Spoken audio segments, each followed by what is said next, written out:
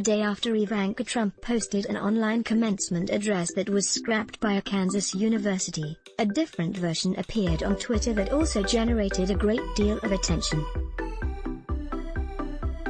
It was a spot that, among other things, interspersed her words with scenes of cops firing smoke canisters and pepper balls to clear out Washington, D.C.'s Lafayette Square and soldiers occupying the steps of the Lincoln Memorial. From the group MeidasTouch.com, the video, with the hashtag of #ByIvanka, generated more than 6.5 million views. MeidasTouch.com is a new political action committee that is the brainchild of three brothers who believe that they have hit on the formula for drawing attention, using Donald Trump's words against him, or those of his family. There is a thematic piece that goes throughout the videos. We use real pictures and real imagery and juxtapose them with our words, said Ben Meiselas, a partner at Geragos & Geragos who represented Colin Kaepernick's lawsuit and settlement with the NFL. Also spearheading the videos are his brother Brett, who served as head of digital post-production on The Ellen DeGeneres Show, and Jordan, who works in marketing and advertising in New York. The #ByIvanka video, Brett Meiselas said, came on a day when we woke up and we were talking to each other and saying, what are we going to do today? Seeing the speech, he said, I was just amazed how out of touch and tone deaf the speech was. Other content creators are also jumping in the fray. Author Don Winslow recently produced a spot that showed how the White House was pinning the blame for the coronavirus on the Chinese Communist Party. And if 2016 is any guide, these types of videos, made outside a political campaign or candidate-backed super PAC, are what we will see a lot more of as the election nears. By the fall of that year, creatives from Hollywood and Madison Avenue were flooding the zone with short spots, many aimed at getting out the vote and many also featuring a smattering of celebrities. They became so prevalent that after the election, Tina Fey quipped, sarcastically, that the real reason Hillary Clinton lost was there were not enough celebrity music videos urging people to vote. But Ben Meiselas believes that they are, filling a need for more progressive voices connecting hard-hitting messages to the public in a way that looks like movie trailers. Most of the videos have background music with the same intensity of those theatrical previews.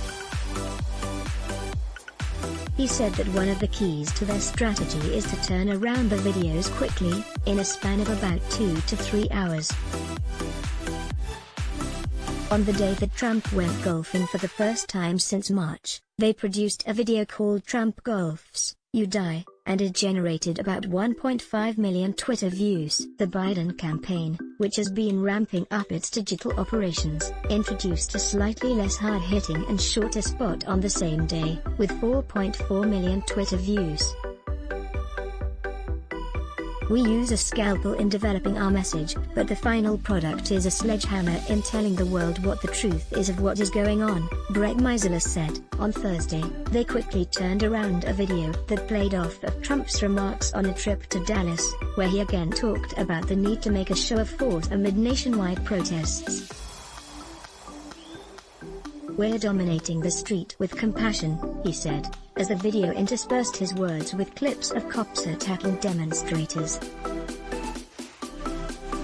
By Thursday night, the video's #UglyPresident, was trending on Twitter, and by Friday morning it had 1.8 million views. One of their first videos, Are You Better Off Than You Were 4 Years Ago?, which used Ronald Reagan's famous 1980 debate remark and interspersed it with footage of food lines and empty store shelves from this year because of the coronavirus pandemic.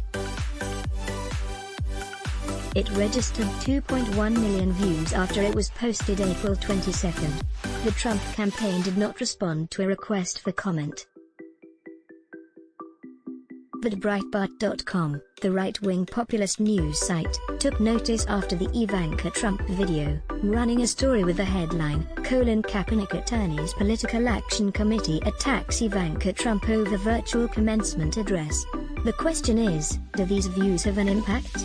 The three brothers do not have any history in politics, and say that they want to motivate the Democratic base and also reach those on the fence. Ben Meisler said that they do plan to get into voter registration and get out the vote efforts as the election nears.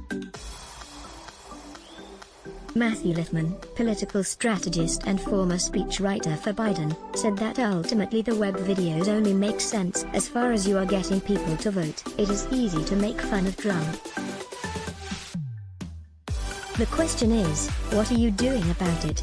Tim Miller, who was communications director for Jeb Bush's 2016 campaign and is an advisor to the newly formed group Republican Voters Against Trump, said that he sees the Midas Touch videos as more in framing arguments and generating enthusiasm among like-minded people than in persuasion. He said that such bottom-up viral content can be important, especially in reaching younger people who may not be habitual voters or avid followers of politics. Mike Murphy, the Republican strategist, screenwriter and co-director of the USC Center for the Political Future, said that the key for making an impact is when a spot has good creative and good targeting, something that provides voters with new information. If the messaging is right, you are more likely to move things than just, "I hate Trump." Don't you agree with me? Murphy is also strategic advisor to Republican Voters Against Trump, which recently launched with a series of testimonials from Republicans, conservatives and former Trump voters who explain why they won't support him in the fall. Elected voices create a more personal impact than a traditional 30-second spot. According to the Washington Post, the Trump campaign's response to the group was that they were Trump haters who were sad, pathetic, and irrelevant. One of the pro-Trump PACs, America First Action, has been spending heavily to solidify the hashtag #BeijingBiden, targeting Biden on China, while the Trump campaign frequently blasts out short clips of the presumptive Democratic nominee stumbling on his words. A 10-second clip of Biden during his speech in Philadelphia drew more than 3.8 million views. For now, perhaps the surest way to measure whether a web spot is having an impact is Trump himself. In March, the Trump campaign fired off a legal letter to stations that were airing a spot from Priorities USA Action, a pro-Biden super PAC. But it only boosted the profile of the ad, which used audio of Trump downplaying the coronavirus as a chart showed the rising number of cases. It has generated 16.8 million views on Twitter. In May, the Lincoln Project, led by another group of anti-Trump Republicans, ran a spot called Morning in America on Fox News in the D.C. market. Trump blasted the group, calling them losers and a disgrace to an honest ape. The group said that in the aftermath, they raised more than $1.4 million. Let's block ad. Show your love for him. Click the link in description. Thanks for watching.